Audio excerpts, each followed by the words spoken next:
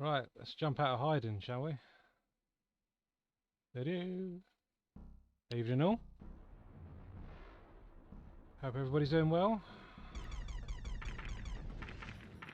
Hope you're staying cool in this unbearable heat. Don't know where you are at the moment, but in London it rocked a high of 31 degrees Celsius today, which is not nice, not pleasant. I was going to do the stream topless, but I thought maybe let's not risk that. But yeah, we're going to play some PS1 remakes of some old arcade stuff. This is a topic that absolutely fascinates me. I really, really wanted to collect, like, yeah, this style of game for a long time now, whether it's on PS1 or PS2. I've got a lot of stuff that's like this on 360 Live Arcade before it closed as well. There's like things like Yar's Revenge. There's an Asteroids remake on there as well, like this one. Completely different though. Yeah, there's loads of reboots of classic arcade stuff. But yeah, I wanted to scope out the PS1 specifically because well, there's just a bizarre amount on there, and it was given proper full box release, which is which is kind of cool because this sort of stuff kind of feels like it gets kind of lost on digital services now. It's not really given proper full budget box releases anymore. So yeah, we're going to explore some stuff. I've got a nice big list of games. We're just going to play a load of stuff for as long as I can be bothered, and then we'll move on to something. So it might not be very long for certain games.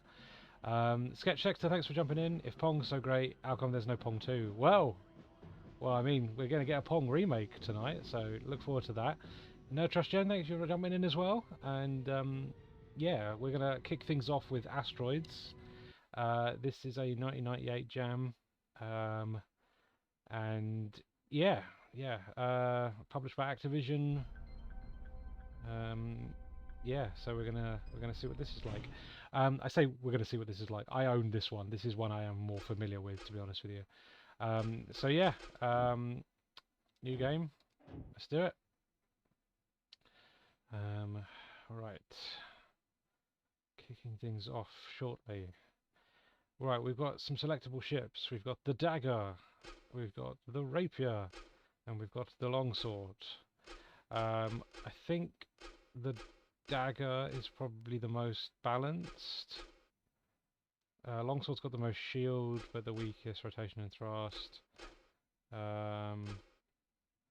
Maybe the longsword. Maybe the longsword. Let's give that one a go.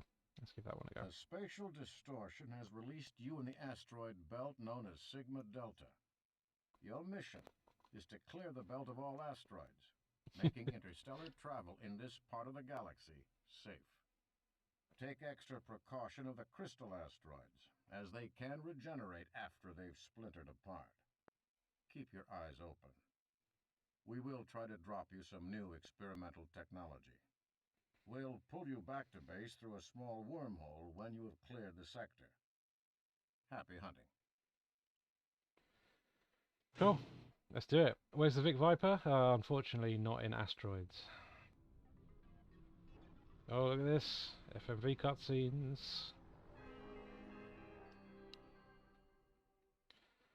And away we go.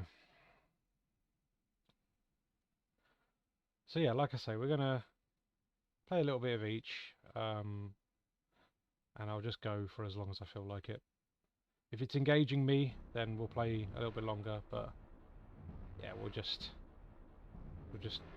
see where things take us, to be honest with you. So yeah, we've got fire. We can boost around the stage.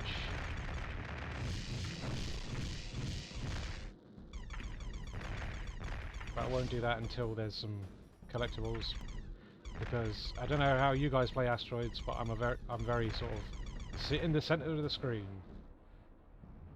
as much as possible, because you have, the widest berth between you and Asteroids at any given point. Right, so let's go and get this then. Well, see, that's why you don't boost.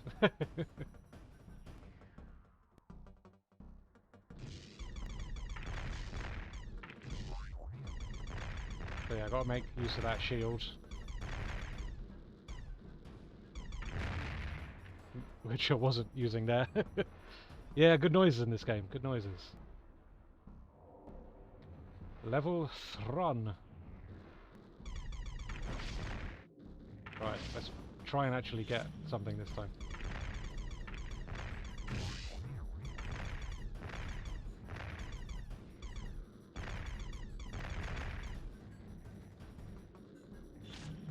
There's another thing. There we go. And that's that one. Cool. Sometimes I'll move and then immediately regret it as I speed out of control. Yeah, that's generally the asteroid setup, isn't it?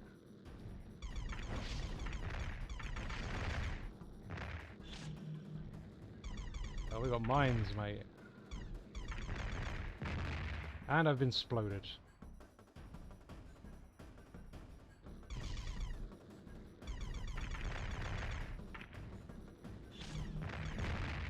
Oh, and again. Not playing too hot here.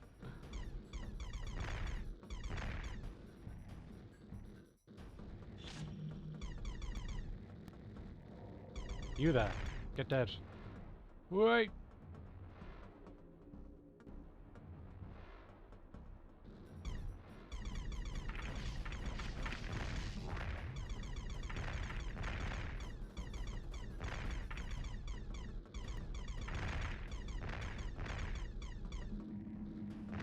Oh, got a alien and saucer.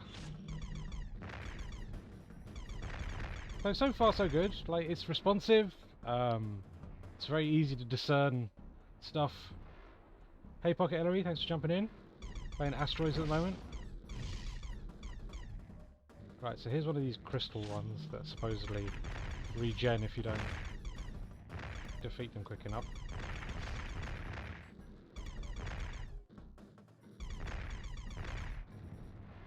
Nice.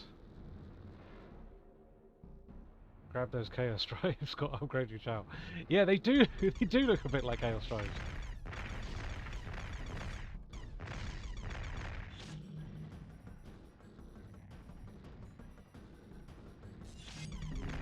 Yes, it does get bigger if you don't sort it out quick enough. Hey, see that ice one's fully reformed now.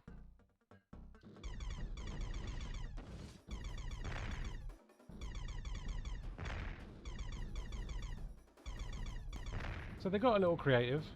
Ah! I've been sucked off down a black hole.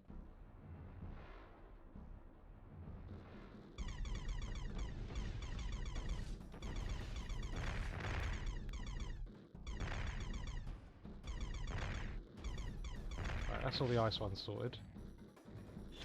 I should try and use these mines that I'm collecting. There's one.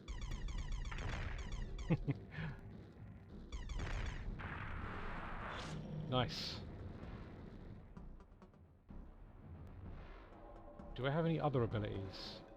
Oh, I can hyperspace. Which is always a good get out of jail free card. Right, there you go. Get over there. Get over there. You can't control it, it is just random, the old hyperspace. It's fully featured, like, it's nice that there's secondary weapons in addition to the standard shot.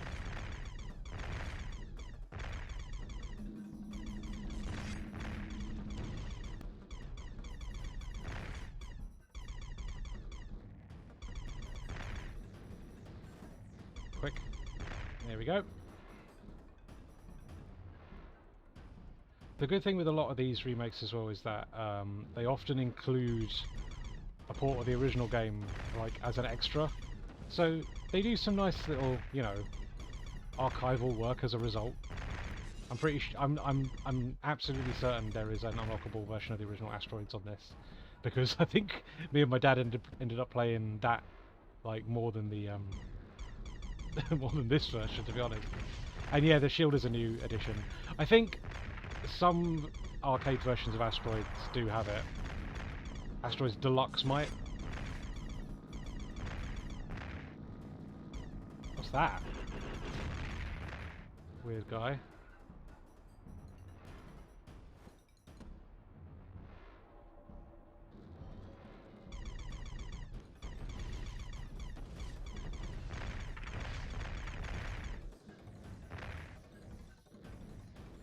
What I would like to do before we move on to the next game is at least try and see if I can get to a new area.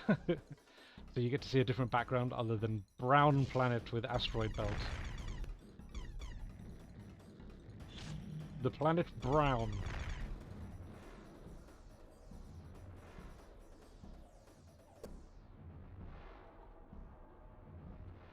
I feel like that could be a game changer for you.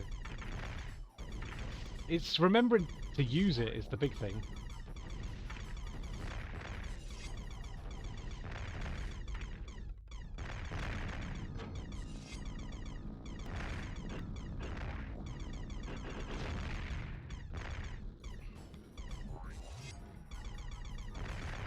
There we go, got that ice one.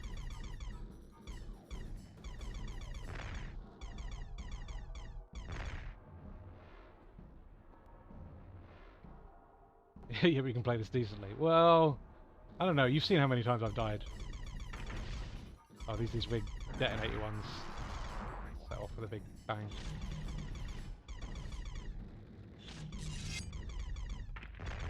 Oh, it's a lot of ice ones.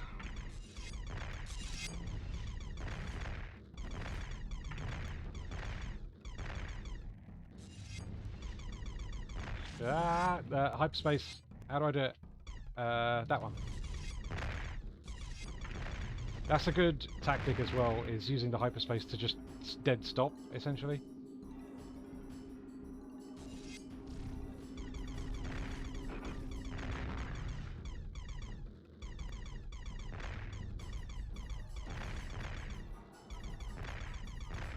There we go, we're through. Level 15. You gotta be careful with the splash damage off those really big ones. There we go, classic asteroids unlocked. Exploded. I don't know what the the unlock what's it? What do I want to say? Oh, hang on. We're moving to a new location by the looks of things.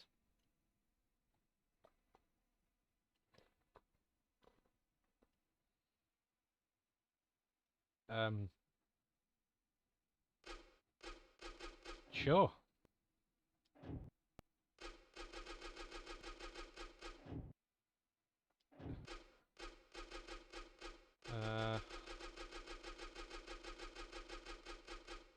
There we go. Yeah. Continue. Greetings. Systems are online. Oh, that's nice. You have been sent to clear this area of spatial debris. There will be some cargo ships rapidly moving through here. No rain here, Airspeed unfortunately. is crucial in order to keep them from I'm being already. sucked into I can the already black feel hole. a drip of sweat running Your down my head. job is to rid the area of all debris, because at that speed, even a small rock can prove disastrous. Ugh. There is one type of asteroid in these parts that you will be unable to destroy. The aptly named indestructible It's hot. asteroid. Yep. Gendo After Ikari, we've it's cleared hot. the area of all other debris, we will pull you out. .mp4. They're Stay away from smattering, the but gone black too soon. hole's Yeah, core. for sure. If you remain in its center too long, you will be crushed by its awesome force. Out. Out! In. Shake it all about. So yeah, so it's 15 waves per stage. Look at that, that's a lot of game. And now we're in a new location.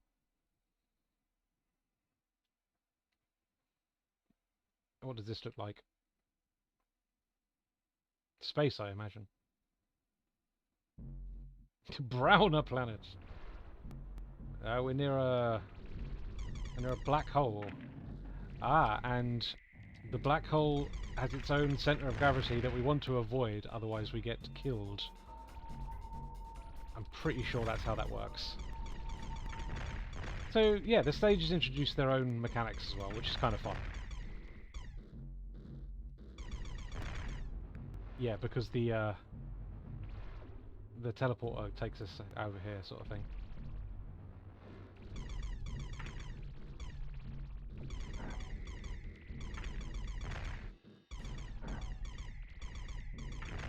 Oh, yeah, I see. That's the debris that we can't explode. See, look, see, I'm being like sucked towards the. Oh, you can blow it up. Fair enough. Fair enough. Fair enough. There's different types of debris to deal with. Ooh, hey! Well, it was a time hole.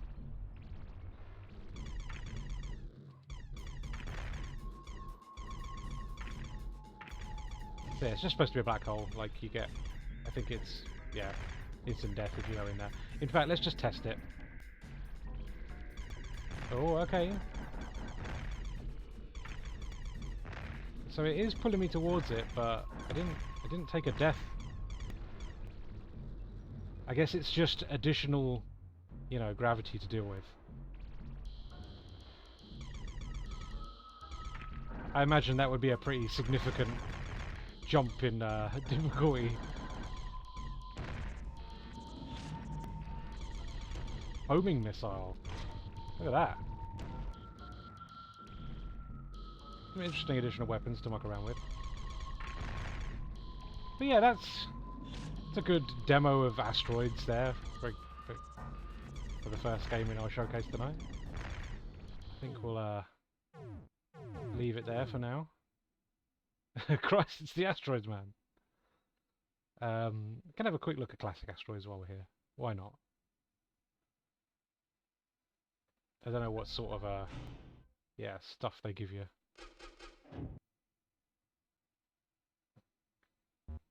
Yeah, it's very basic. Nice and snappy though.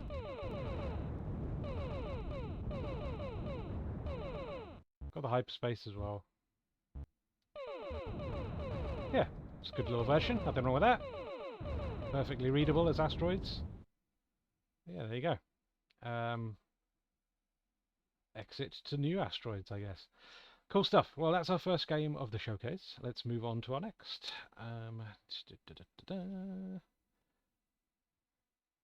Bear with me a second. Right. Next up is one I don't own, but I do know someone who does. Just update that.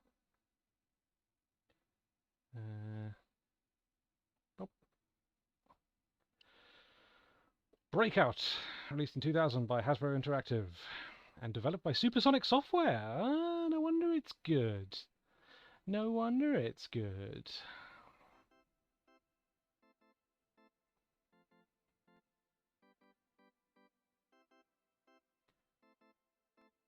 Supersonic Software is the developer of Micro Machines and Circuit Breakers.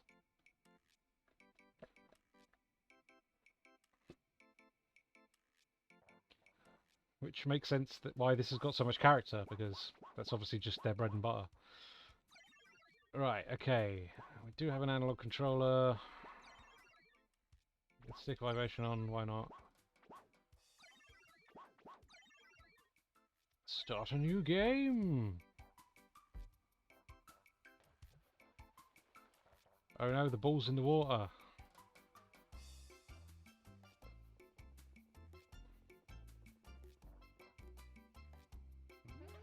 Don't worry, I'll get it for you. Oh, Bouncer, you're so brave. You're my hero. Thanks, Bouncer. You're a great guy.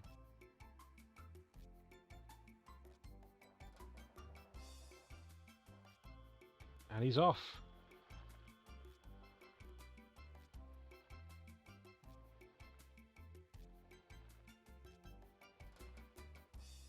Here he comes. Huh? Where is everybody?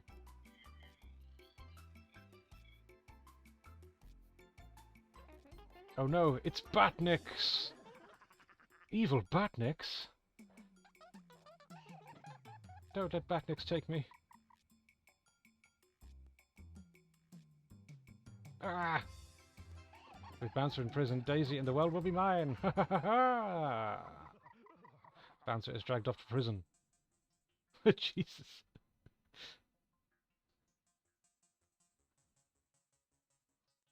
The Bouncer. And then thrown into his cell.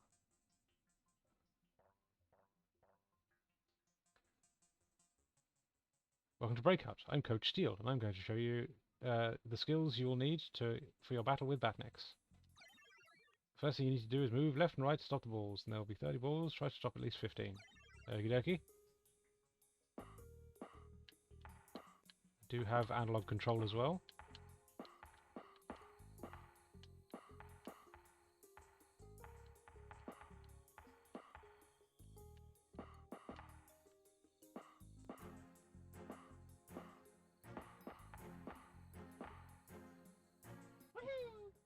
You stop 24. To try again, press back.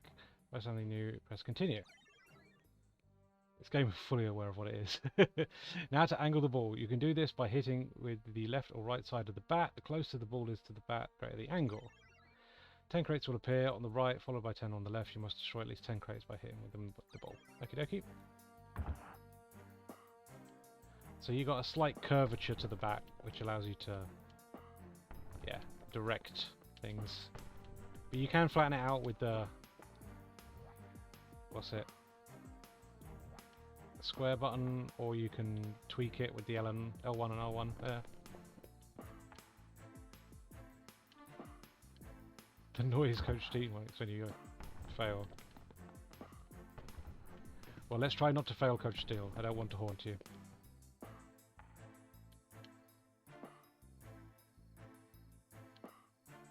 Come on.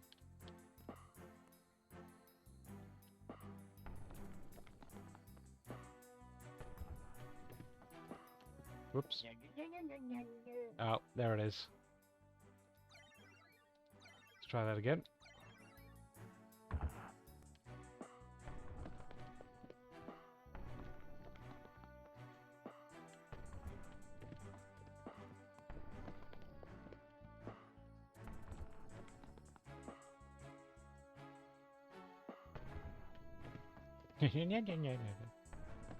There's a bizarre noise. Cool. Hopefully this one will be the one. We can make some progress here. But yeah, this is a bonkers little reimagining of Breakout.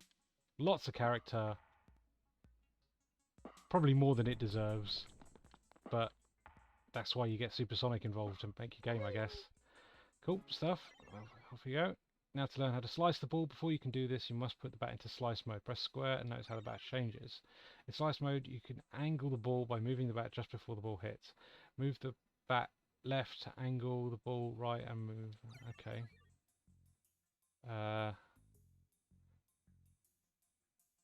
10 crates will appear.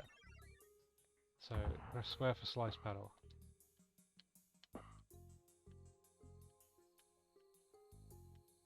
Okay. Not quite. So you have to do slice, okay. Not quite sure what I need to do. Ah, okay. I get it now. It's hard, but I can do it.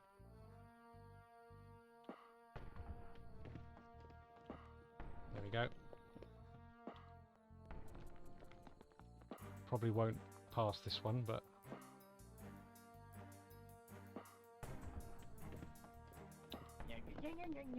Okay, there we go. Let's try that again. So I want to move to the left to slice it that way. So it sort of counteracts itself. Ah.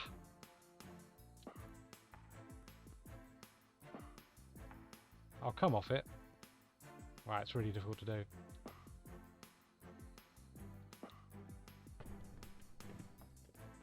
Just move out of the way.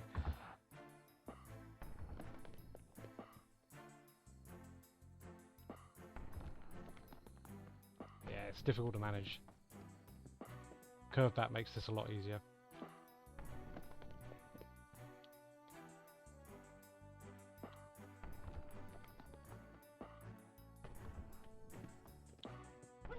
Okay, there we go, we've done it. Finally, use the shoulder buttons to angle the ball. Press L1 to angle the ball left, and L2 to for extra angle. Okay. L1 and L2 together for maximum angle. So we've got... Oh, I see.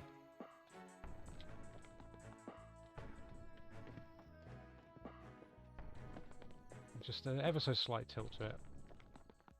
And then together for the maximum tilt. Bosh! Nice and easy. I'm a challenger. I could have been a contender. Now you're ready to battle against the Batniks. Good luck, and don't forget to learn everything you learned here. Cool, off we go. Let's break out of prison. Because it's breakout.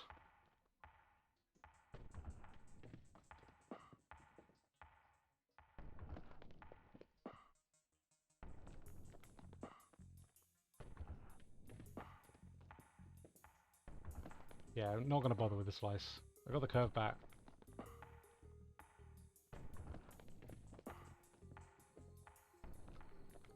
Oh, we're picking up some speed now.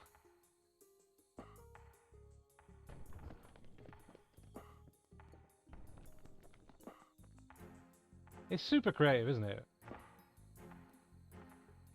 Been very easy to phone this one in, but they absolutely didn't. And we're away!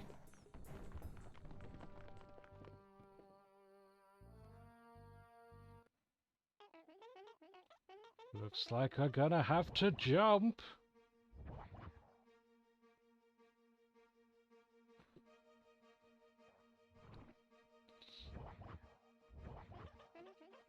If I could just make a hole in that fence.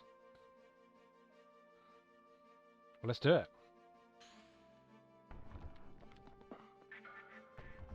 Well, we've got power-ups now.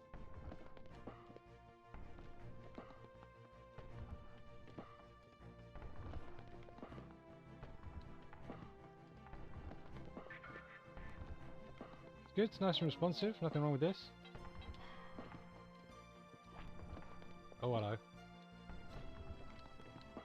Just used that power up and I turned it into a triangle. I don't know what that would have done, but I've wasted it now.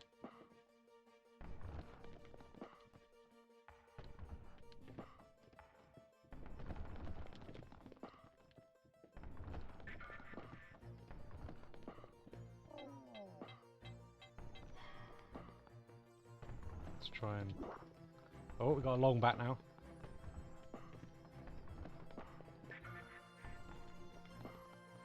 This makes it very Arkanoid, I've got to say, with these extra power-ups.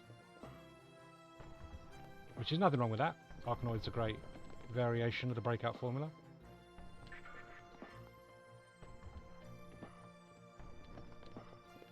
Split the ball in half. Oh, okay. Punch! Oh, wow. Whoa!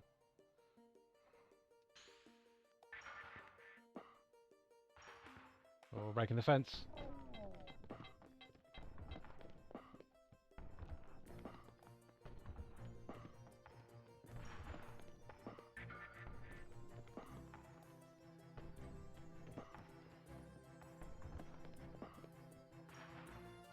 Come on, break that fence.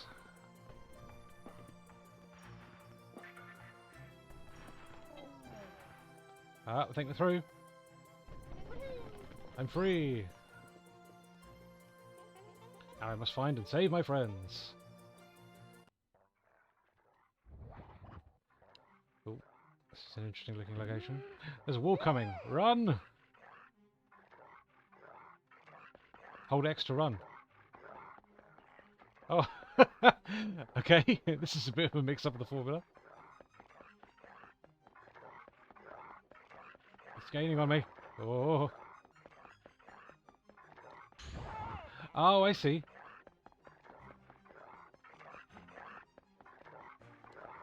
Don't you bite me. Oh, shit. Don't know what I did to actually fire that back then, to be honest with you. Oh! So you do want to be picking up these rocks. Oh crap. Oof.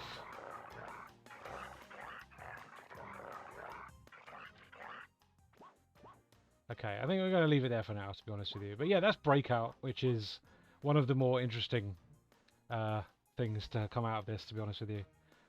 Very unique. Alright, let's move on to our next game, which will be...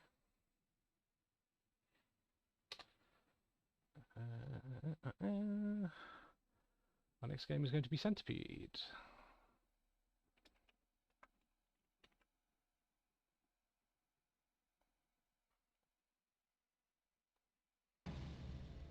Now, this is one I've never played before.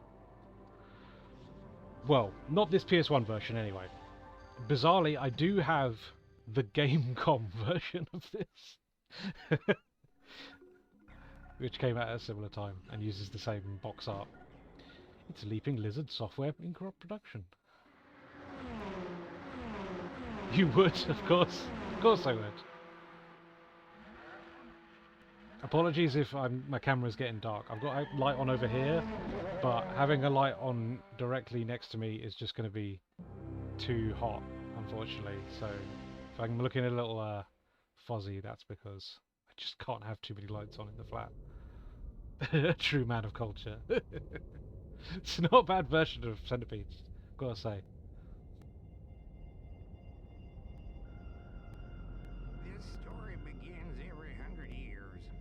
It always begins the same way, with a legend awakening.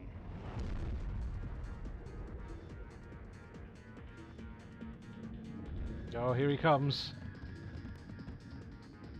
Flat Duck Records, thanks for jumping in, buddy. Is this Shadow the Beast? It says that a multitude of armored Look at these beasts freaks. emerge from the dark core of the earth. We've just started Centipede, we're watching the opening Sworn to the cutscene. surface, drawn by their master.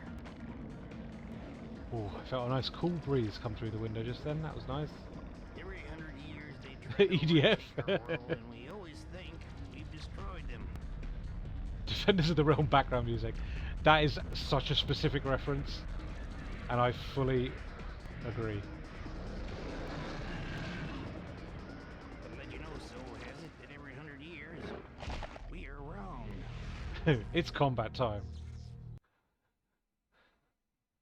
Centipede, 1999. Right, let's do it. Like I say, I've never played this version before, so I'm curious to see what this is like.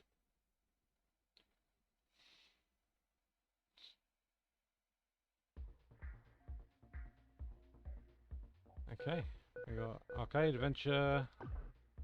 See if I can figure out what the controls are first.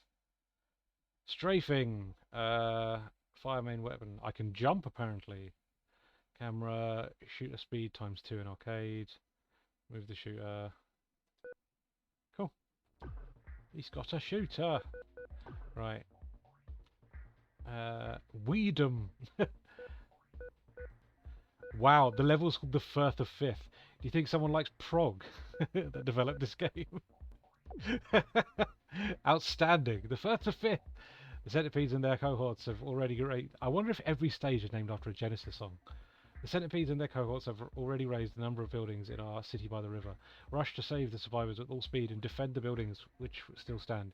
The very survival of our people depends on the dexterity of your trigger finger. Rescue wee people. Defend houses. Your shooter is equipped with an automatic magic relocator to help you rescue your brethren. Just bump into them with the shooter and they'll be teleported to safety. Okay, so we've got to rescue people as well. When word came down that the legend had come to life, we built the shooter. The shooter. But we needed a hero to fly it.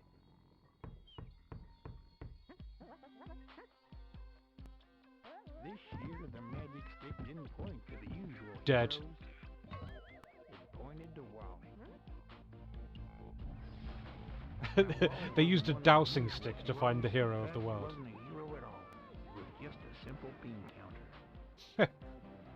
But when you're asked to save the world, requires. You just make it happen. It's an unfortunate sequence of events for that poor guy.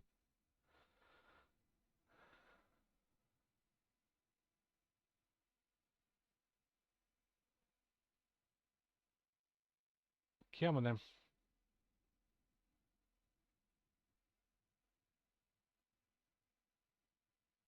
Sliding or strafing while turning will allow Wally to circle around enemies while shooting at them. This is a useful technique called circle strafing. Yes, I'm familiar with it. Okay, so we're little dudes. We can strafe like that. These are the guys, I guess.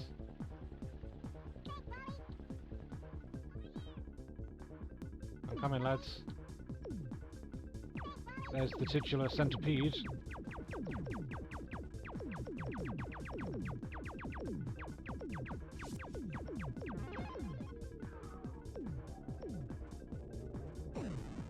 Oh, how dare.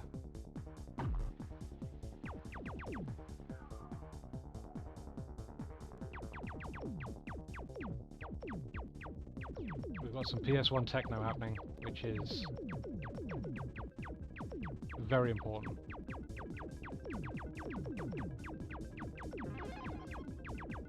Oi, you there. And you. Get out of it.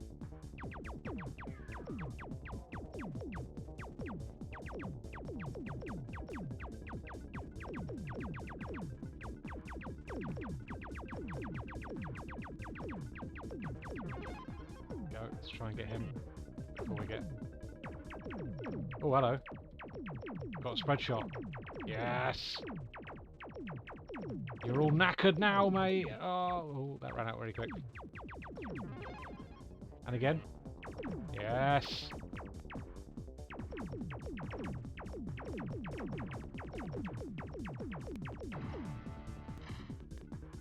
So, I'm noticing a slight issue with this setup. Having free movement does make this a tad easier, because you can get like right up in the centipede's grill and just take him out like a lot sooner than having to wait, you know, further down the stream. We got any people to save? Any bonuses? Oh yeah, I can jump, can't I? Hello.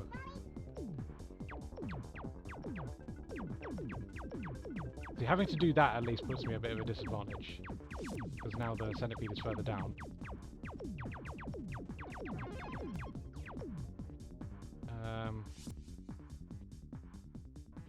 Get up there. Oi, save me. Thanks, buddy.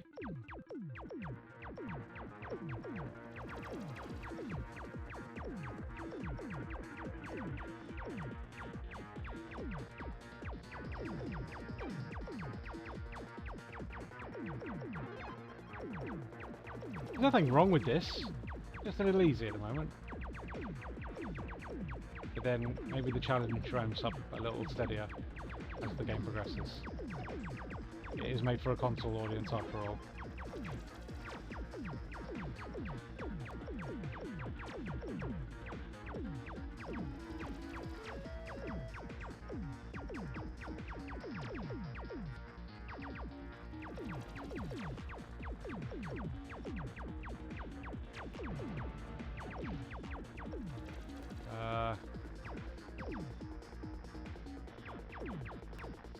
Is that your lot here? Need to move somewhere else? Ah, yeah, there's a new area over here. I think that's your lot for that stage. Hey, look at that! Saved everybody, no houses blown up. That sounded a little bit like Megalovania was about to start just then. Oh, no dots! Oh, I guess I'll have to be Sonic Yoda, Sonic Yoda.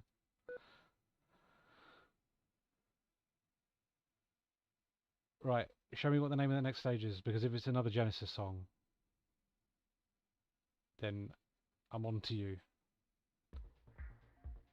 The Crack of Doom. To be honest with you, I couldn't tell you if that is a Genesis song or not. Someone can Google that. Our ravine outpost has been surrounded by the centipedes, forcing some of our own people to flee the outpost in terror. Fly in and rescue as many of your brethren as possible, dispensing the centipedes and the minions in short order. So this is kind of like a weird mashup of centipede and defender, like the way that you have to, or maybe not defender, maybe something like oh, what's that Archer McLean clone? Drop zone. Drop zone. We actually have to bring the the things back to a base to save them. Choplifter, I guess, kind of similar deal. So that's kind of a nice twist on the centipede formula, I suppose. But yeah.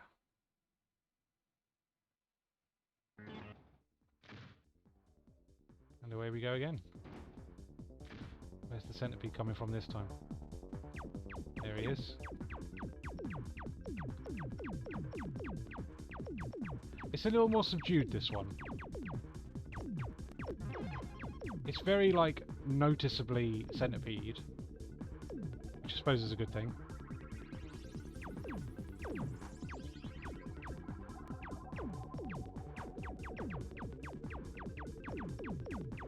But it's not so... I don't know what I want to say, like, it's not so drastically different. It hasn't got a lot of new ideas, I suppose, other than being able to move around freely and rescue little guys. Other than that, the mechanics are very much the same. But I think the free movement, I think, makes it a little easy. At least at this stage. But yeah, I think that's a decent showcase for Centipede there. We can move on to something else now, I think. Right. Next on the docket. Defo not as charming as Breakout. Yeah, it doesn't have the same character, does it? For sure. Right. Next up. Run ISO. Oh, it's Frogger time.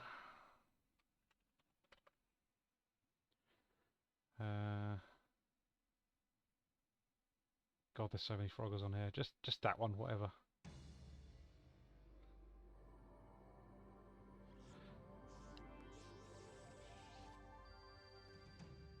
Hasbro Interactive. There's the Frogger you know and love. Oh, but he's in 3D now. He's in Simpsons-esque 3D.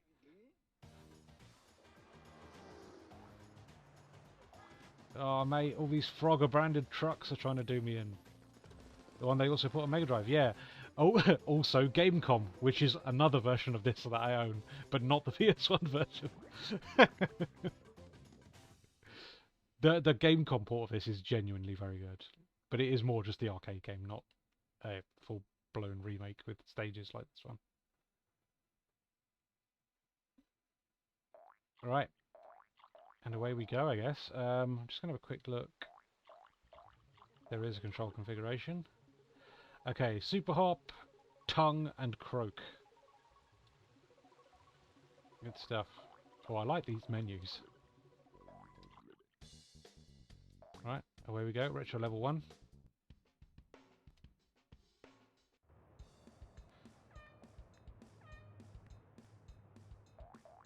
So yeah, you've got that sort of like tile-based movement,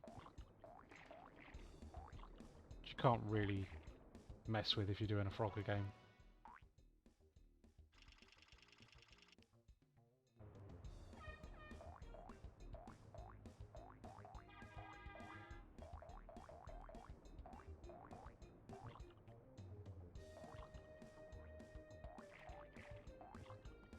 Let's try and get top left.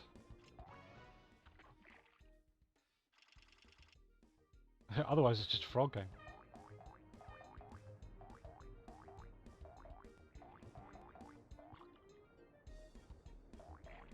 Oh, I'm pretty sure I made that, but you do you, PS1.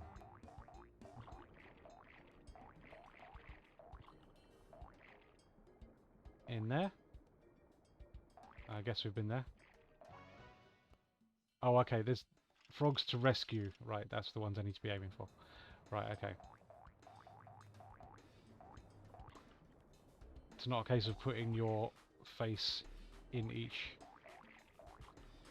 of the goal points. It's actually rescuing a little guy.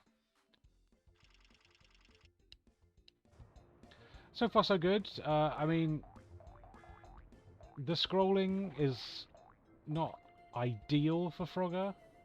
I think Frogger is another one of those games that kind of demands you having all the action locked to the screen so that you can plan your route. If you can't see what's coming, it makes it a little bit difficult. But we'll see if that becomes more of an issue as we continue. Because so far I'm pretty happy with it.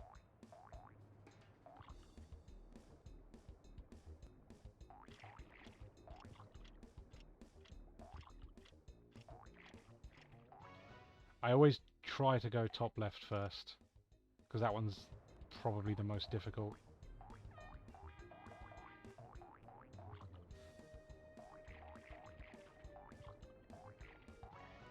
There we go, we can pick up the pace a bit now.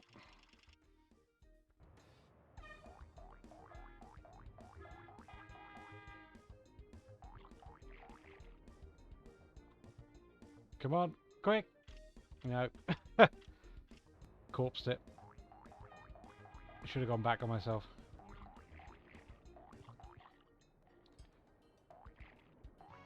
Hey, and we got Dragonfly as well.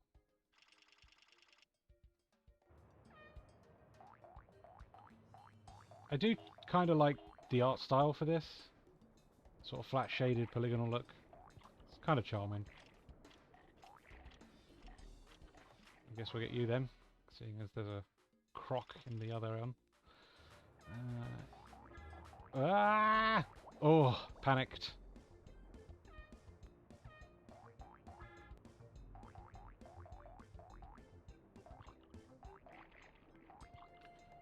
That crocodile needs to fuck off.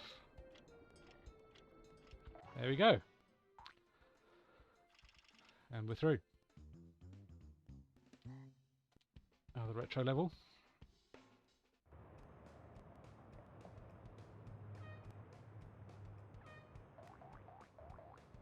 Ah!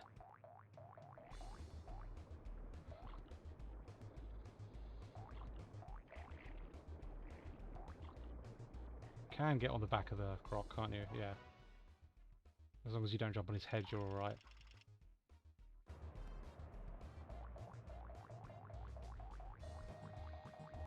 Ah, snaked. Game over. Where does it send you back if you're game over?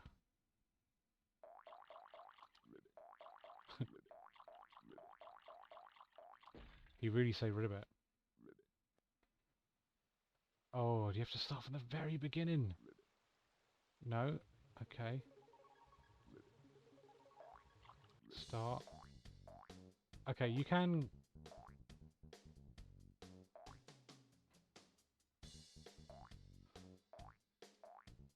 Okay, cool. Right, you can start from where you left off. That's good. Yeah, it is cute, isn't it? Like, it's got a lot of character. I feel like I should make an effort to get this. Oh, squished. Well, at least based on what I've played so far. I know there's... Oh, what? I should have made that.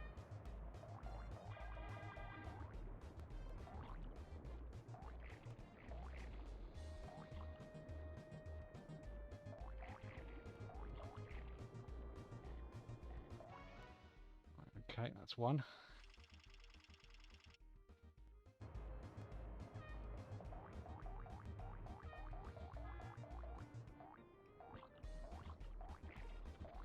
Ah, snake. Oh, crap. Game over. Alright, well, I'm going to pull it there for now. But, yeah, I'm quite into that. It's got a lot of character. It's very cute. Right, next on the agenda.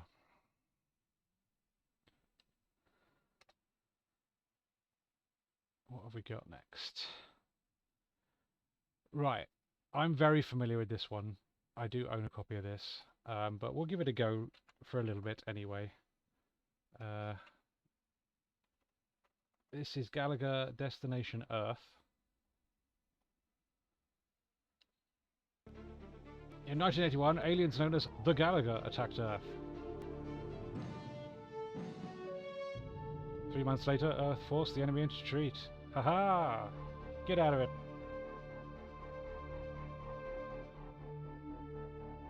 With the Gallagher gone, Earth began to colonize. Man created colonies throughout the solar system. In 1981, war was beginning. Expansion costs forced large defense cuts. The money was put towards terraforming research. Good bitrate on this video. Nanotechnology was seen as the way forward.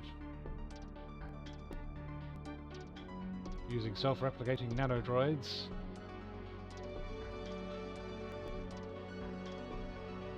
A whole planet could be terraformed. Maybe we shouldn't do that. Maybe a clear, like, sign that that is a bad thing is the word terror in terraform. The Centurion and its fleets were launched. Testing was to take place on planet M1123. It would take 3 years to get there. So we can terraform an entire planet, but it still takes us bloody ages to get to planets. How many times has Gallagher been reimagined now? Yeah, quite a few. This one's quite unique. This one's quite unique for sure. Another war was about to commence. Earth pilots were ready for battle. Gallagher remains were re-examined. Yeah, what's that 361 called? I've got that on the Namco Virtual Arcade collection. It's a good little game, that. New weaknesses had to be found. If the Gallagher penetrated our defences. Gallagher Legions, that's the one. Good game, good game. Our planet would be completely infested. The Century's fleet approached planet M1123. Ah, there you go. Yes, I saw you get the collection recently, of course.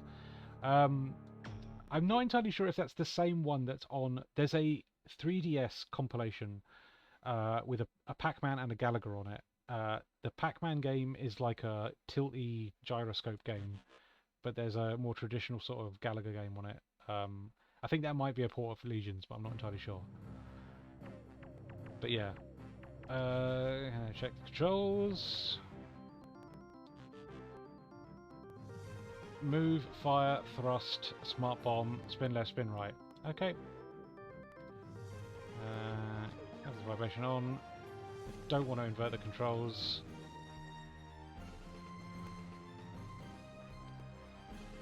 Alright, calm down. Don't need to save all the settings. Right, let's jump in. Give chase to the Gallagher fleet and en route collect as many merits as you can to increase your ship's capabilities. Beware of drifting debris. FMV.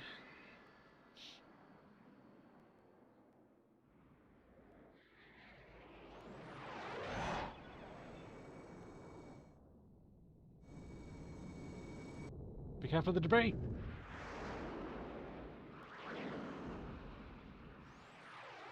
It is on that 3DS collection. Yes, yeah. That's a nice little thing to have, actually, because I think there's a port of OG Pac-Man. There might even be a port of Championship Edition on there as well. Yeah, good little thing to have on a 3DS. So the big thing with this is that it will consistently change angle as the waves progress. So we got the very traditional sort of, you know, top-down Gallagher setup here.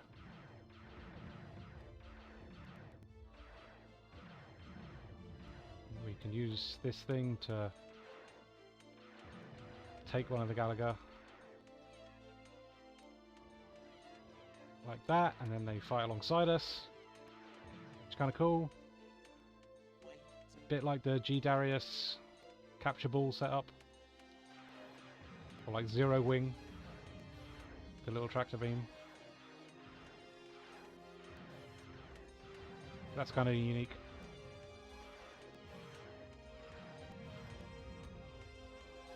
There you go, got another one. But obviously if they get shot, then you lose them. Approaching debris field.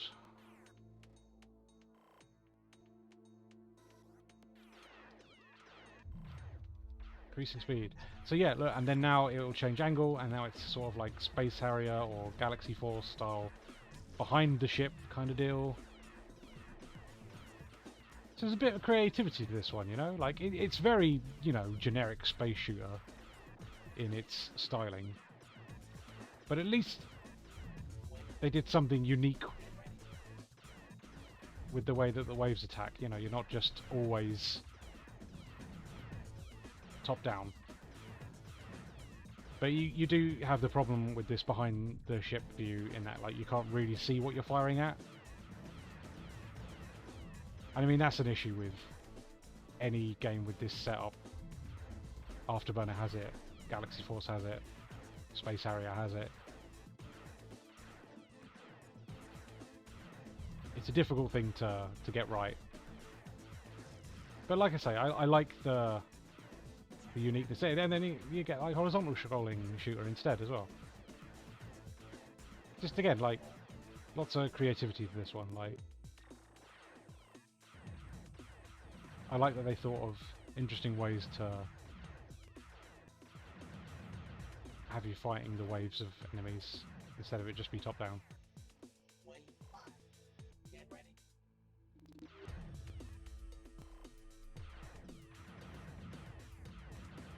But yeah, cool little game. Like I say, I've got this one, so I'm very familiar with it. But if this looks interesting to you, I would say definitely give it a go. The only thing I'd say that's a bit of a detriment is the movement and the firing does feel a little sluggish. So there's that. But you do get used to it. It's not terrible by any means. It's just probably not as snappy as you'd like something that has, you know, arcade roots. But yeah, that's a little bit of Galaga Destination Earth for you. I'm not going to play this for too long now, so we'll move on to the next game. Right. Right, let's see what's next.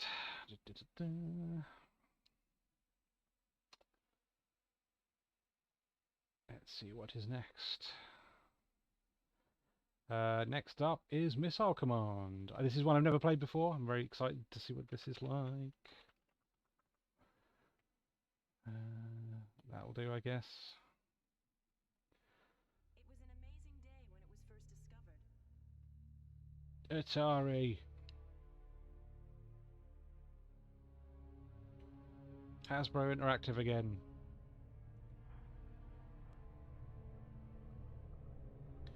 Mayor Glass Interactive. Can't say I'm familiar with that studio. And Rainbow Studios, a co-development. Or it might just be a case of one did the FMV and one did the game. We're seeing some sort of activity, an alien ship of some kind.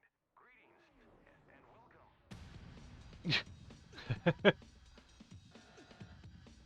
Oh, we've got some Matrix-ass techno going on. Missile Command! Well, that's your story, I guess. Aliens have arrived. And they're hostile.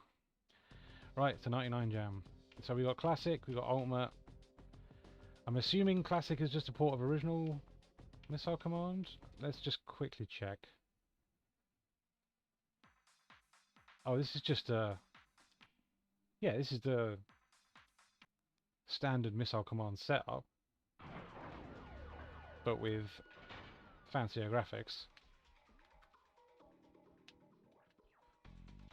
Interesting. I can't quite figure out how this controls. That's not good. It wasn't letting me free move the crosshair. It was only moving in that diagonal motion. Let me go and check the settings. Options, controller.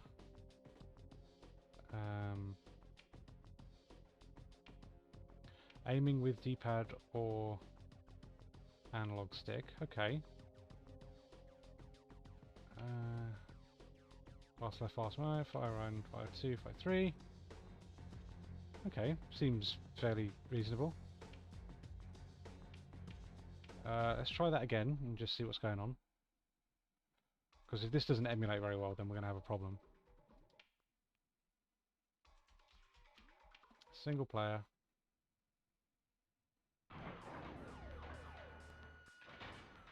Yeah, so the D-pad ain't doing nothing. And the analog stick only does that. Which isn't very useful.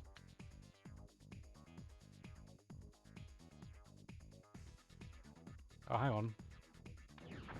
I can sort of tweak it. Using both analog sticks? I don't think this is correct. This does not feel right. What's the... No, okay, never mind. Oh, whoops, I shouldn't have done that. I just need to figure out what the controls are on this emulator so that I can turn off analog, because then we might be able to use digital. Ah, sorry about this, guys. Let's try that again. Yeah, because the analog's off there, and I kind of want to be able to change that. Feels like there'd be a shortcut or something. No, I don't know what that does. Analog. Analog. That. Shift. Control. What did I press to bring that analog up? Oh, that's a speed limit thing.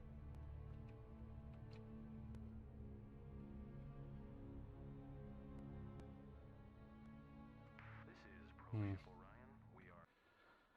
We are. Okay, hang on a second. EPX turn off analog.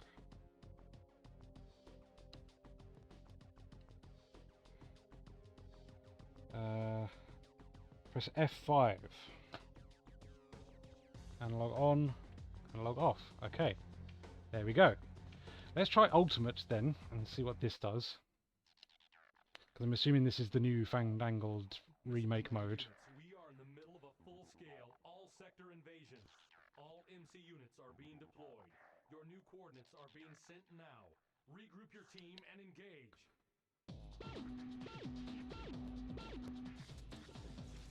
Got some banging techno.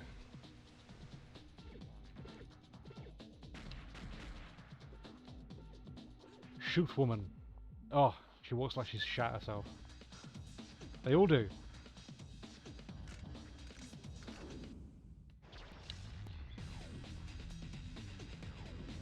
This is some really good naff early CGI, I like it. And some really heavy breakbeat.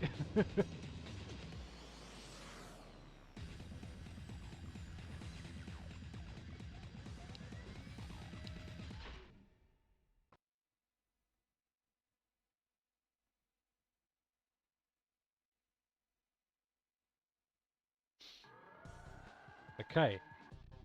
I've got D-pad movement now. Lovely stuff. Oh, look, you've got to, like, angle it.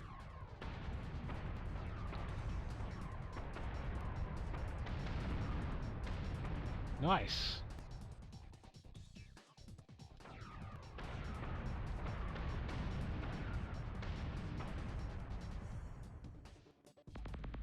Wave 1 complete.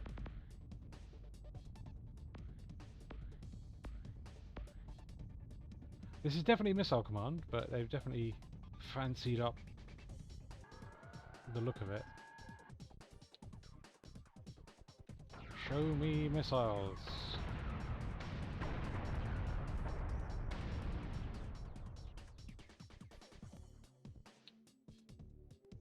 Not the non-stop action thrill ride. Oh, you can sort of shift the camera as well.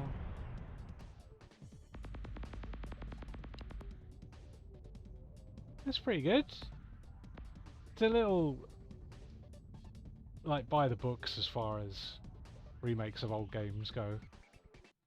Just pretty it up. On your defence of Eastern Australia, reports indicate that the aliens are attacking Western Australia. Recall your team immediately and protect Western Australia. Good luck. Oh look, there's Ayers Rock. And that famous city that's just in front of Ayers Rock. Don't think that exists.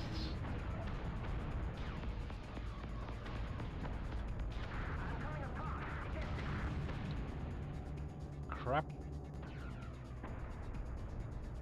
Get that missile.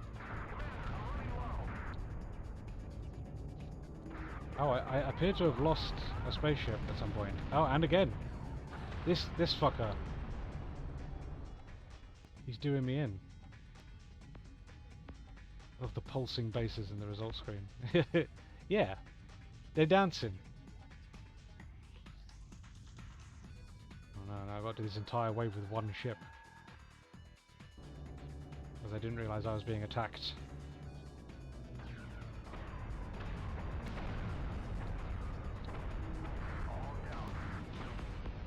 Oh, and again. Well, there you go.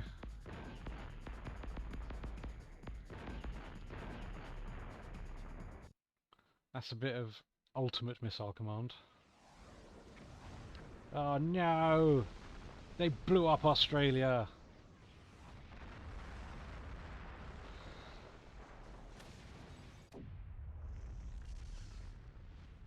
I mean, there you go. There's your nuclear war. We'll try a classic round again, just because now I've got actual control. Because yeah, it's not just a straight port of the original arcade game, it's like a semi-remake of that as well. But with more of a locked view on things.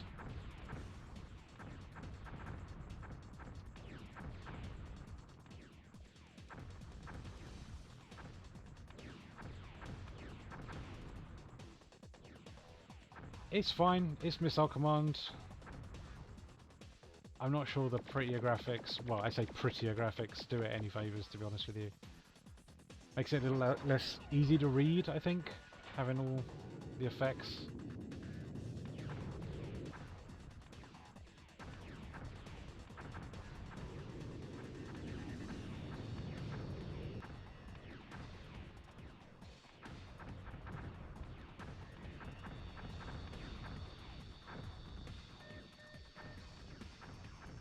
But yeah, perfectly reasonable version of Missile Command there.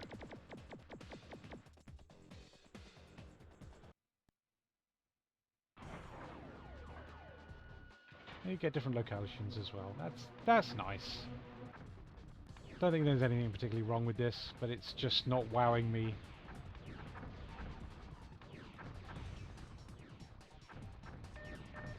But yeah, there you go. What if Missile Command looked like Jim Power? I mean, that would certainly be unique. I can't say that that wouldn't have a unique look to it. Right, next up is Pong.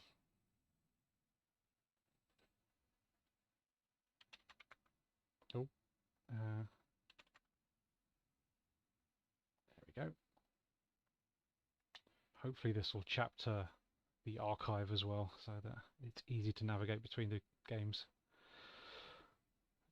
Alright, 1999, another Supersonic one. Well, there you go. So hopefully this should have some nice character to it as well. Yeah, they became the Atari logo. Atari jump scare. Supersonic.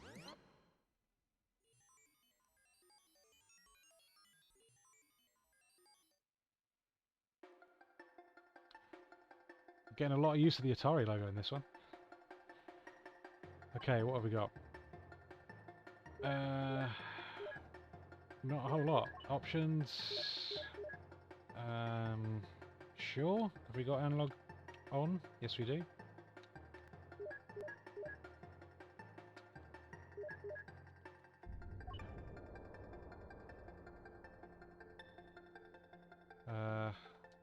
Zone 1.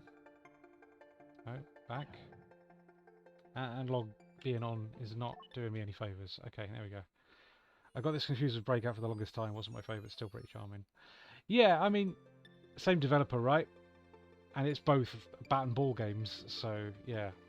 Penguin Pong!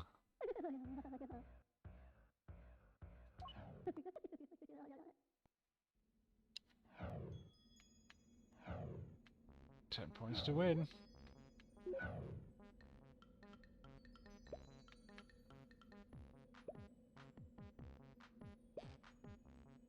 Well, it's Pong. There's some penguins that you can hit. Oh, and they poop extra balls.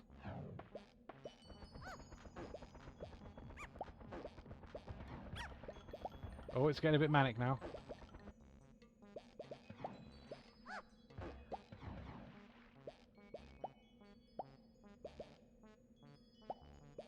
Wait.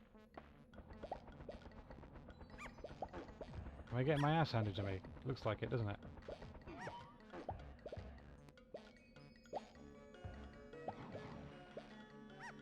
I scored a couple of points there.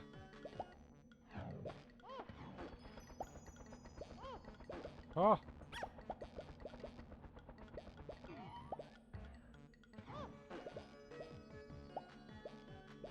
No.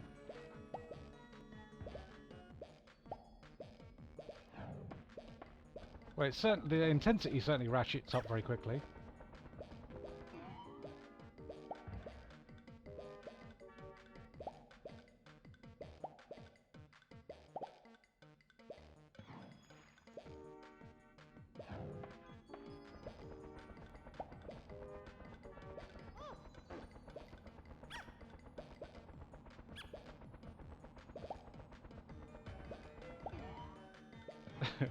This is taking all of my concentration to...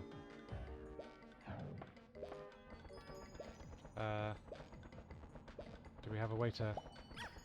Yeah, we can do the same sort of slice technique.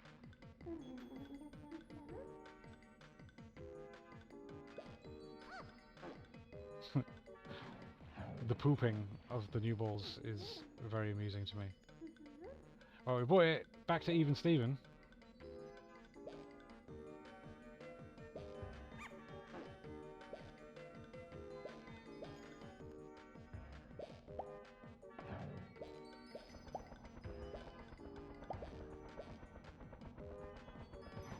Match point. I'm the winner. And I get some gold.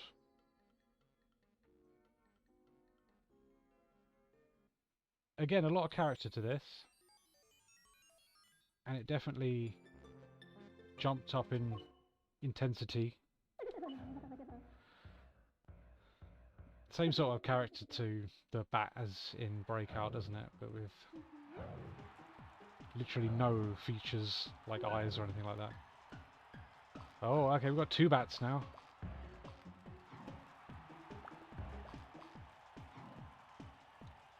It's a little more foosball. Oh, crap. Ah, fuck off. Sir. No, not allowed.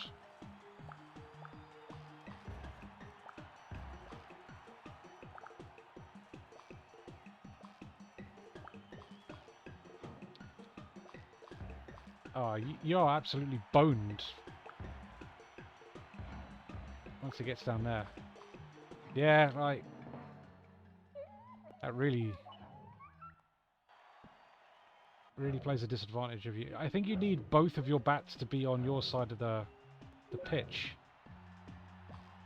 Oh, crap.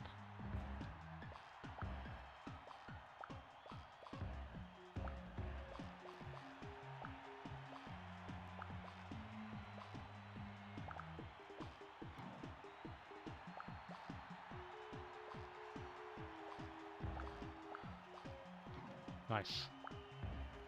Oh, crap. Crap. Crap. Crap. Crap.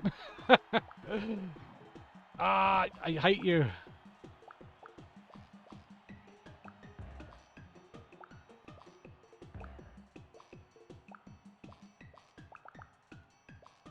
No. Fuck. Oh, that's tough. Project Phoenix Productions, thanks for jumping in, buddy. Just finished up playing Pong the next level, and we're going to jump over to the next game now, I think. Yeah. I don't think it's as good as Breakout, but it's definitely got the same, like, character to it.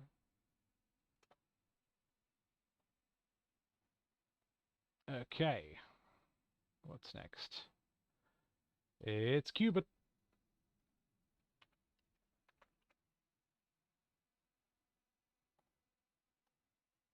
1999. Columbia Pictures Industries. It's another Hasbro Interactive joint, though. This was released the year before Breakout. Yeah, that makes sense, right? It does feel like a test run for Breakout, almost. Atari.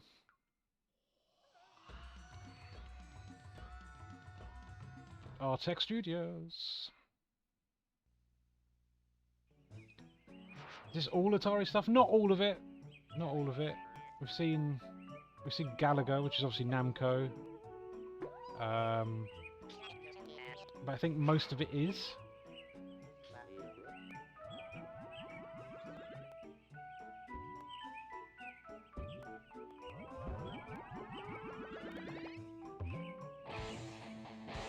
Oh no.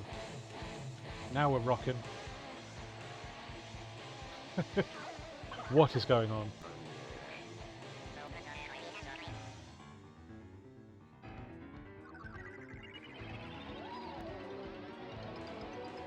Well, I'm about to teach you, Cubert. It's fairly simple, honestly. I like a bit of Cubert. I've got nothing wrong with Cubert. He does swearing. That's good fun.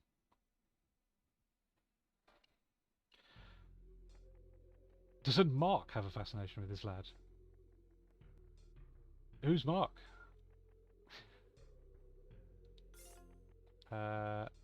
No. No, I don't want that. What's happened? Is it this again? Oh, hang on. Analog off, please. Why can't I... Why has it gone to controller 2?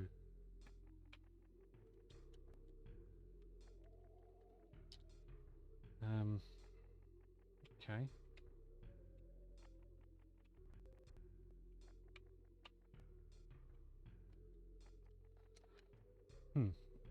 Okay, bear with me a second, I'm just going to reboot that.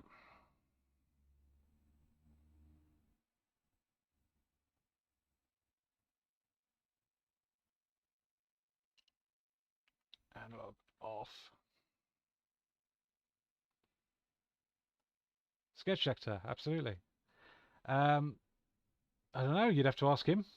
I don't think the sketch sector has a particular interest in Qbert. Not that I'm aware of.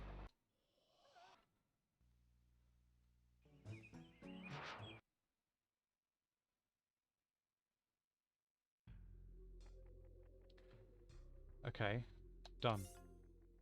Why is it going to controller 2 all the time?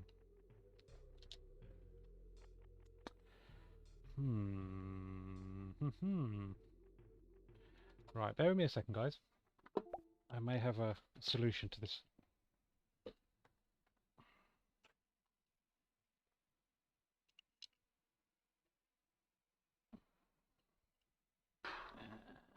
That one. Okay. One more go.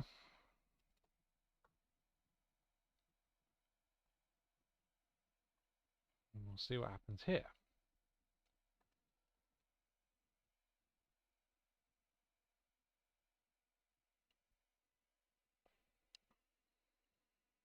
Teething issues. Apologies. Right.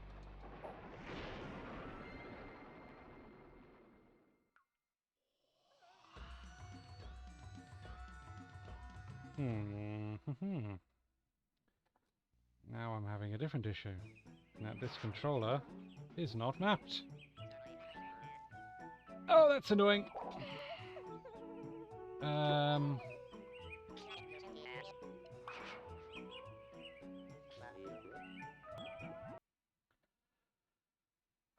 Great.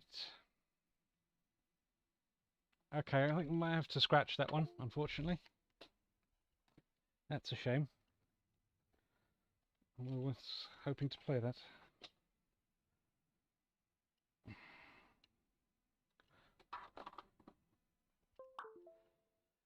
Right.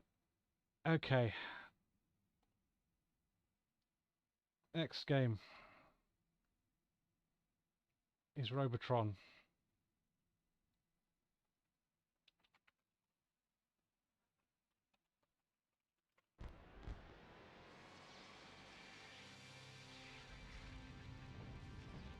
Williams and Midway, which is the same company.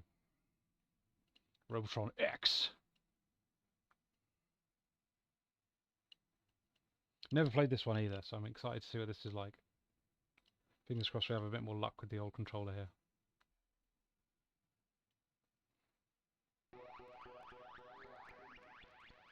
Oh, he's nicked the Williams logo. Hey, no worries, man. Oh, I like this.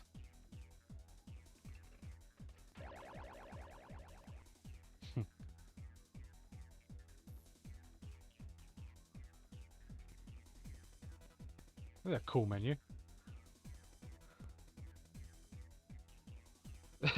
That guy. Robotron X. Oh god, he's on the menu. Right, what have we got then? Difficulty normal. It's 5. Figure controls. Yep, that's fine. Options.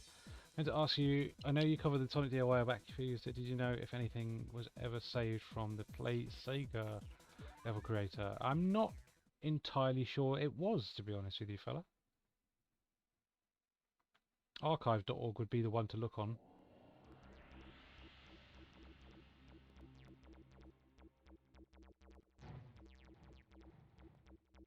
Right, okay. So it's sort of twin stick, it's just that the face buttons control the firing, and your directional pad controls your movement. Which makes sense. Jack from the Incredibles.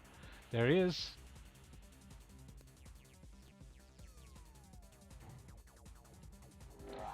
I don't know why it needs to be so zoomed in. That seems unnecessary.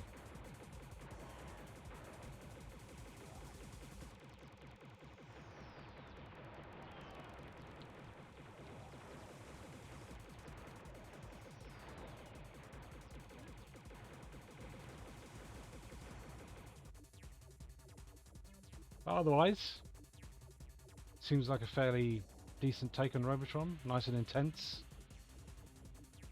Probably would have been nicer with analog support, so you could do movement on one stick and firing on the other. But it seems fine just using the face buttons. Oh, I've been corpsed.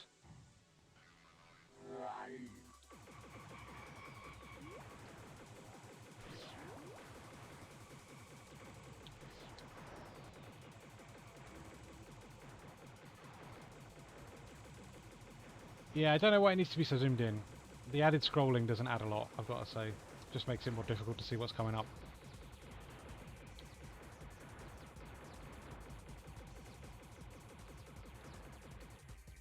But it's got the right level of intensity. It feels quite Jeff Minter, this, actually, I've got to say.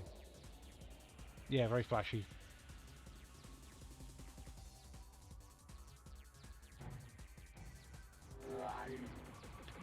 Right.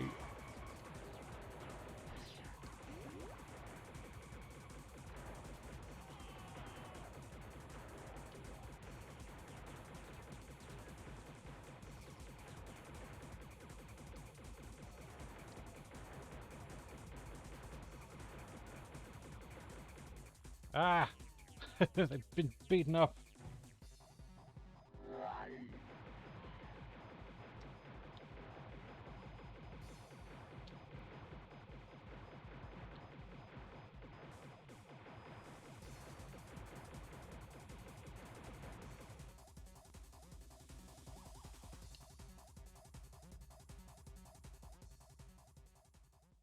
Oh, different tune.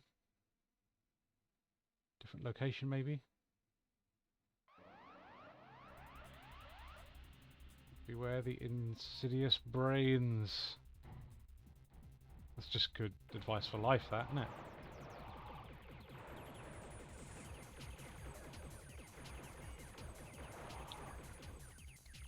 Oh, what got me?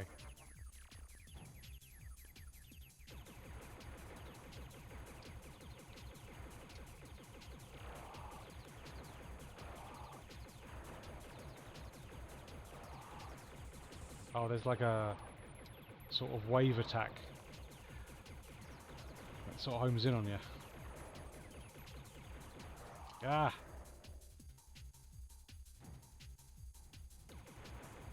I think the amount of stuff is a little difficult to read in this.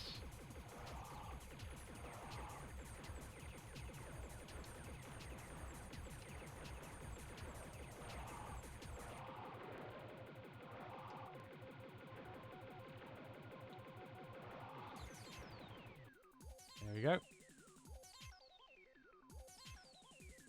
Again, not a bad game by any stretch of the imagination. Pretty expected take on the Robotron formula here. Oh, beaten up again by a robot. Certainly get a lot of lives, so I'm not going to knock that. But this feels the most sort of like quick and dirty. Yeah, let's just do Robotron in 3D. There's very little in the way of unique ideas going on here. Oh hello, I've got a power up. I can fire in 2 directions now. That's a lot of enemies. That's quite impressive for a PS1 game, I've got to say, to be able to generate that many. Yeah, solid but standard. Definitely, definitely. That's what I'd say. Quarks and tanks.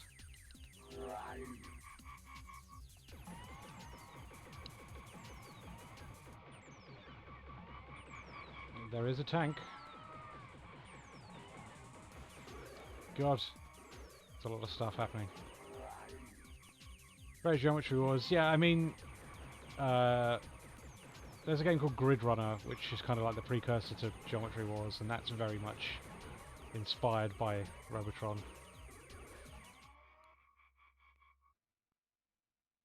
I think that's your lot. I think that's me gamed over. Jumping on my corpse.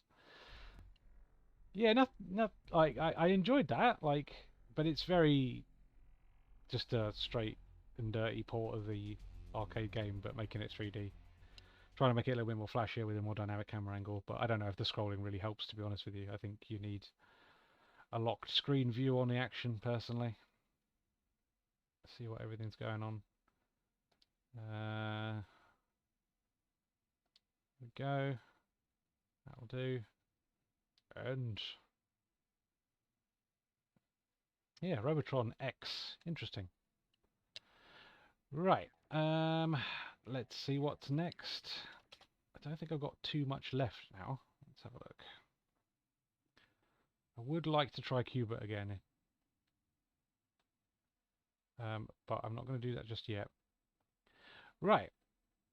So here's an interesting thing I discovered.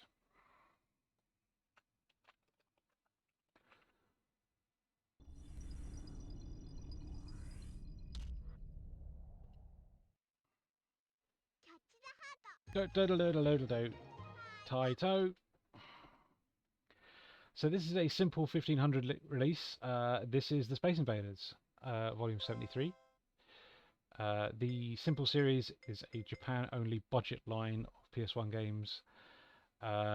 This is, yeah, ports of Space Invaders in various setups. You can have a stand-up with the backlit glass, image of the planet in the background, or just with nothing in the background, or with the coloured stand-in on the cocktail cabinet. That sort of jam. Anyway, let me reset, because the real deal is this 3D version that they've included. Space Invaders 3D, which is exclusive to this version. And yeah, it's Space Invaders, but angled behind your sort of base. Creates some interesting depth. And it's a nice version of the game.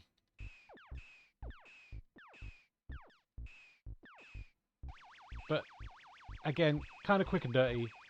Very much what you expect when it comes to remakes of classic arcade games on the PS1.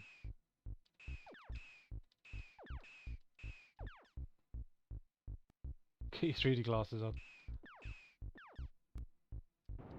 Oh, corpsed it. I don't know why.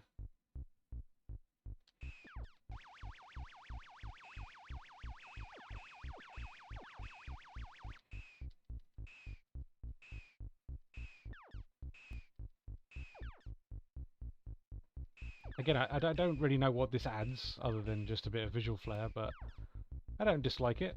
It's nice and responsive.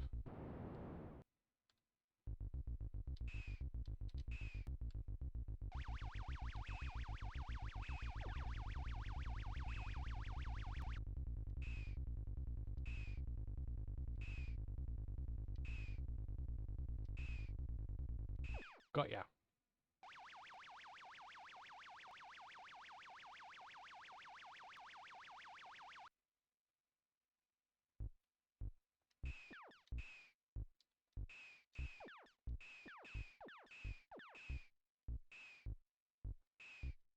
Come back. There you go. This isn't the only Space Invaders you're going to see tonight, by the way, because there is another Western-developed Space Invaders remake, which we're going to get to next. But I just thought I wanted to highlight this one quickly, because it is technically, you know, a remake. But this one is Japan exclusive and only available on a simple series entry, which is kind of interesting. Strange that they'd have the budget to license Space Invaders, to be honest with you, for a simple series game. I'm glad they did, because I'm very into the idea of, you know, having a budget release of a famous game.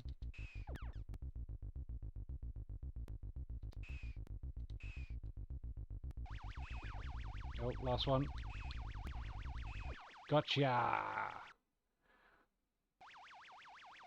Yeah, that's the simple series version, at least.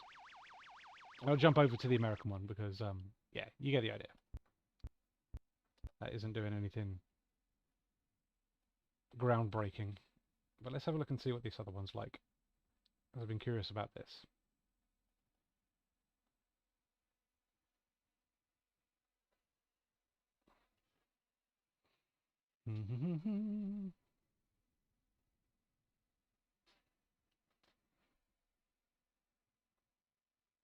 Come on.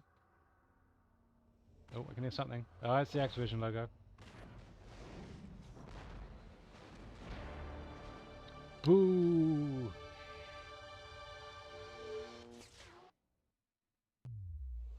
Z-axis.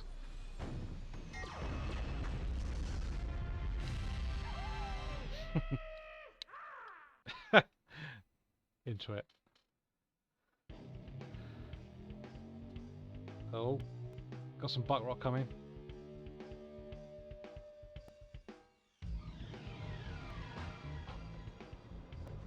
That little lad was ecstatic. He was.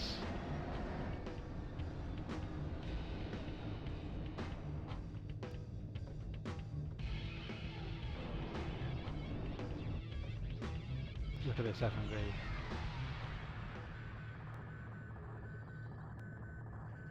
This is what we call compensating for something. Tank Graveyard, in those memory of those who perished in 1978. So this is a sequel, in fact.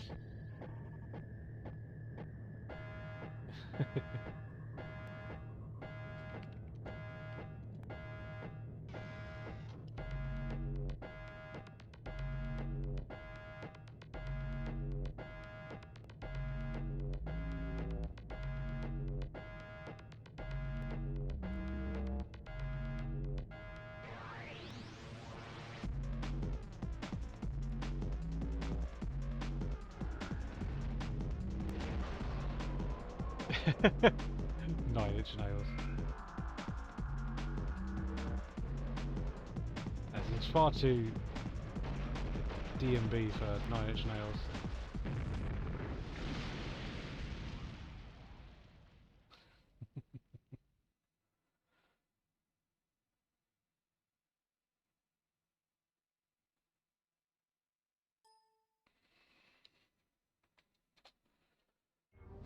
Space Invaders! Yeah, let's do it. Incoming transmission!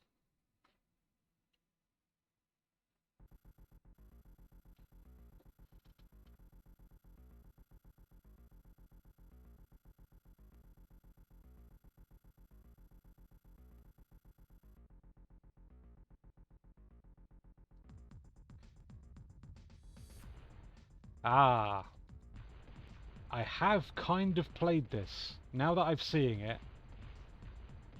there is a version of this on GBA which uses pre-render graphics, and I own that. It's quite similar to this. This is using a pre-rendered background, but the actual, like, enemies and the ship themselves are 3D. Nice.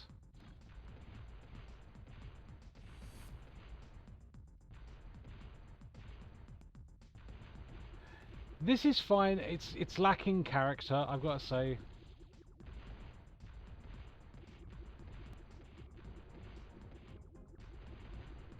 It feels a little generic.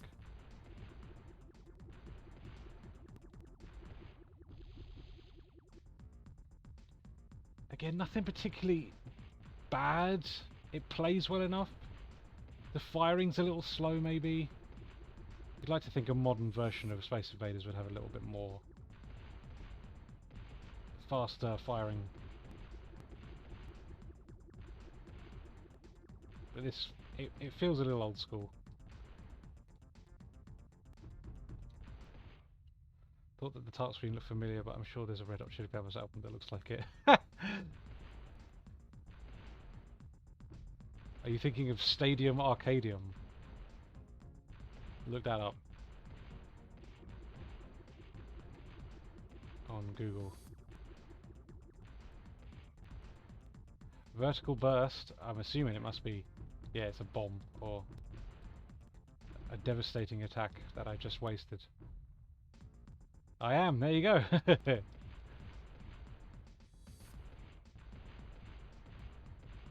Let's try that again. Oh, I see. It sort of moves in different directions.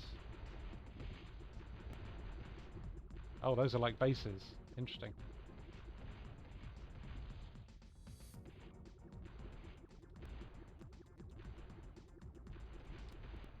Nice. Warning, warning, incoming motherships.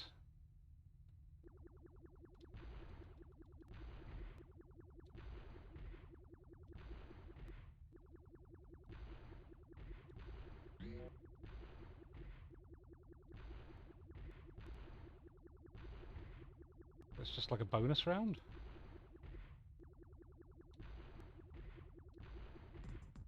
Nice. Yeah, this is pretty uneventful, I've got to say. It's very by the books as far as PS1 arcade remakes go. Just make it 3D, that'll do.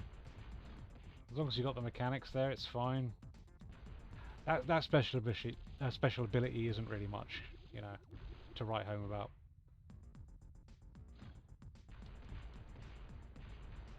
Feels like the sort of thing that would be in a shareware compilation on PC. That's what it feels like.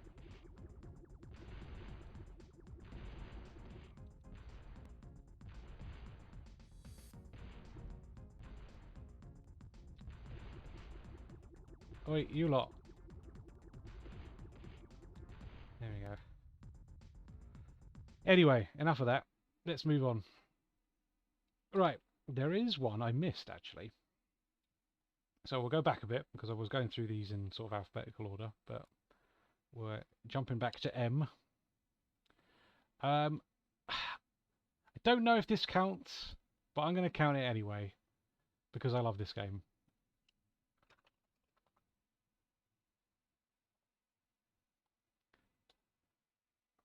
Mist? No, it's not Mist. It's Miss Pac-Man Maze Madness. So I've been trying to only include stuff that is the name of the game that it originally was, right?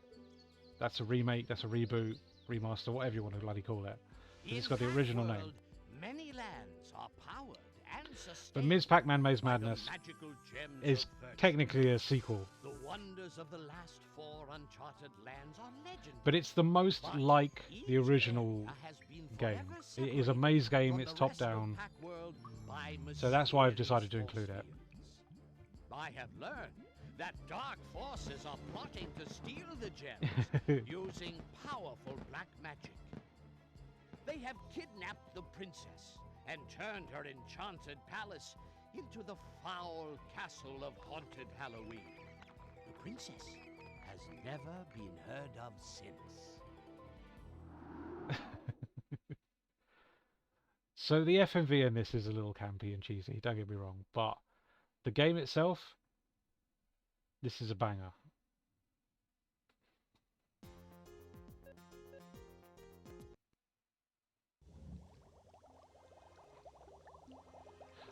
Also, it's very odd, strangely mixed, so the FMV is quite loud in comparison to the rest of the game. Come on in, my dear. I want to show you my latest invention. I call it the Pactrometer. Yow! Oh, here it is. You can travel to the 4 wonders of Pac-Land with this. What the?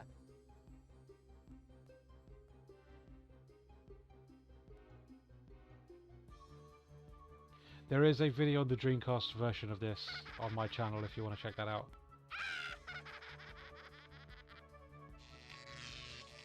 Save Pac-Land! Go! Go get the gems! Oh no, he's been sucked off into a different dimension. Right, let's do it.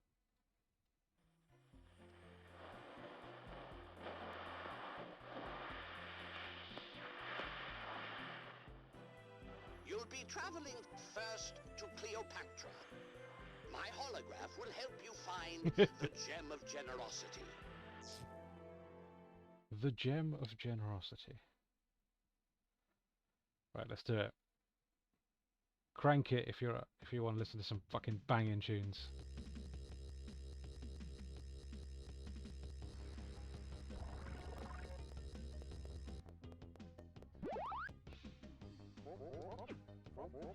Yeah. We know how to play Pac-Man. Do. Oh, cut the music off. Sorry. Anyway, it's Pac-Man.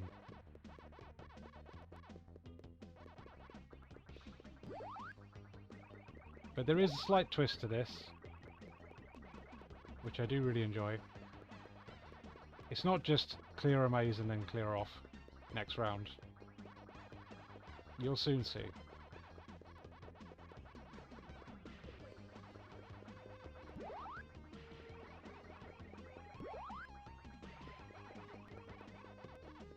Now bizarrely, this got a PS1 release worldwide,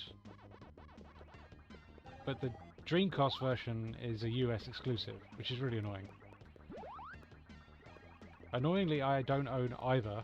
I only own this on GBA, which doesn't have the same music, so it's the inferior version.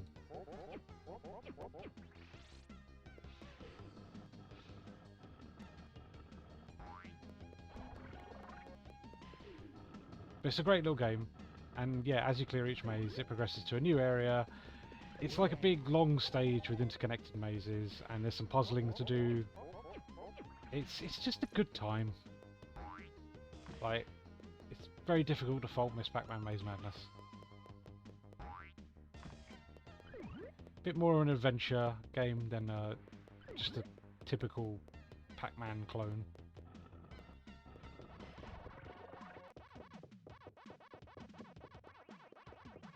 And it's a nice counterpoint to Pac-Man World, which became more of a 3D platformer. This very much like is still riffing on the sort of maze-based action of the original Pac-Man, which makes it kind of cool and special.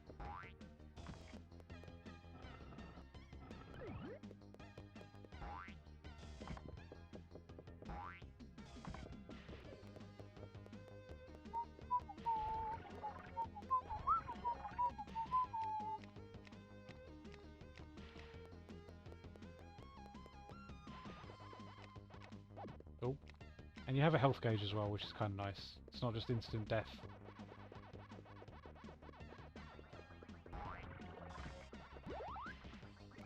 Yeah, a really good game. Definitely worth checking out. It's got a lot of character, very charming. And it does something different.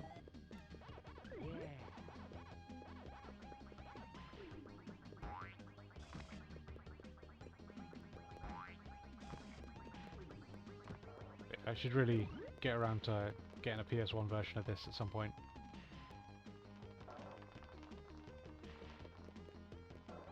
Because the GBA version's nice, don't get me wrong, but it's just, you know, pre-rendered version of the big boy version of the game, but with different music, which is the real loss, because you don't get this bitchy and Cleopatra theme, which I absolutely love.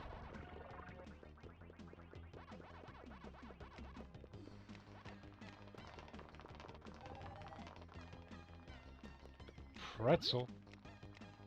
Do love me a giant little pretzel.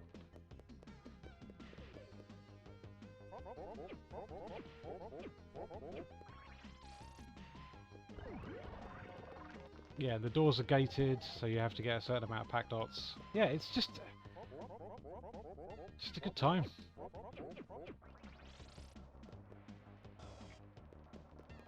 Bow. Anyway, you get the idea. It's a good time. I like it a lot, and would thoroughly recommend it. Let's quickly do this. This is the sort of puzzling you have to do. It's nothing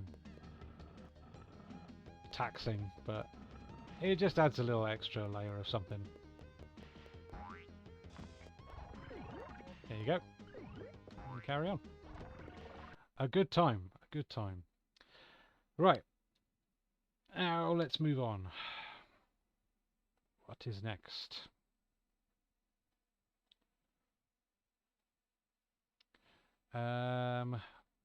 Right. It is attempting Cuba again. This will, if I can get this to work, this will be our final game of the evening, okay? So let me just try something real quick. I have a plan. Hopefully it won't knock my controller out of action, but we'll soon find out. Come on.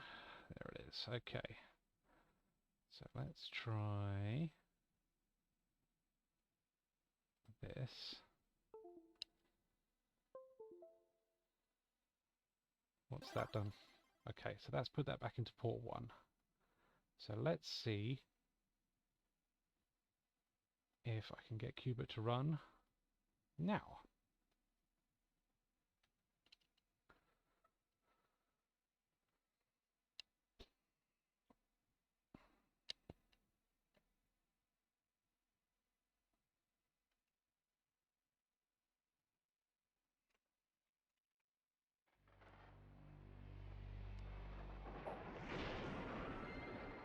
That's not skipping the cutscenes.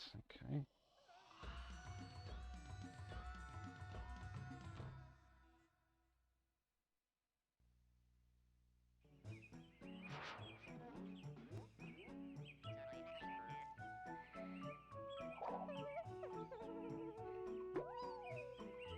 Okay.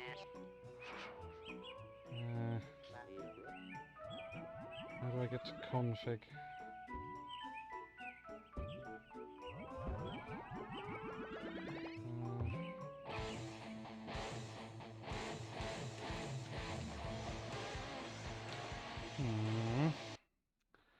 Okay, gamepads, port 1. It's not recognizing it. That ain't good. Okay.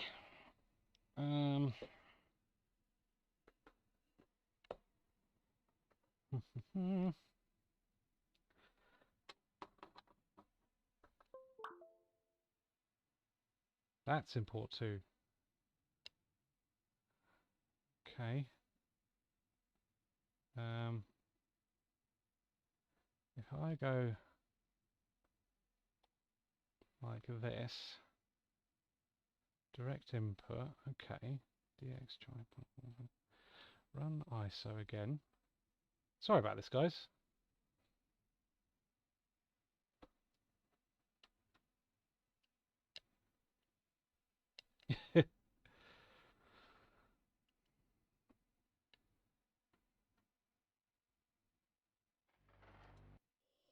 Okay, I've got controller action because I'm skipping everything.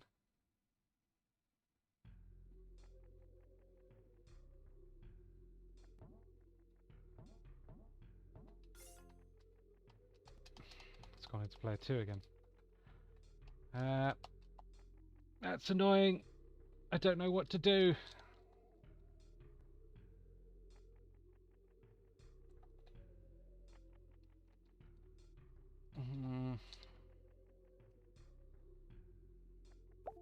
What a pain in the bum.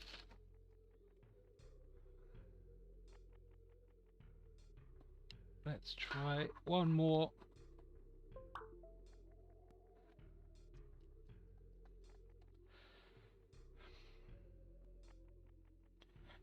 No, I don't think we're going to have much joy tonight. Oh, that's really annoying.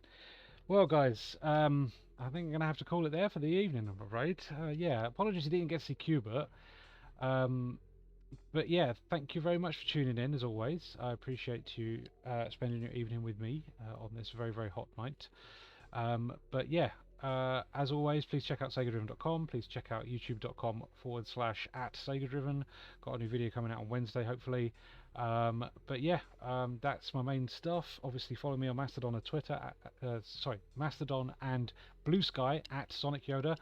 If you are still clinging onto Twitter, I am on there as Kronkblatts, so that's KRONKBLATS, but I largely don't really use it anymore. I just basically use it to sharing the stuff I'm making and when there's streams and stuff. So yeah, that'll keep you informed as well. But yeah, thank you very much for tuning in as always. If you're not already following, please follow the Twitch channel as well. And we'll see you next time. Yeah, been very much enjoying exploring more of the PS1 catalogue. So hopefully we'll do some more Namco Museum on PS1 next time. But yeah, take it easy. And yeah, there is a YouTube archive as well. If you want to look back on past streams, go to Sonic Yoda Streams Archive on YouTube, and that will give you everything that I've previously put up, as well as this stream, which will go live after the stream. But yeah, take care. Have a lovely evening, guys. Stay cool. Look after yourselves.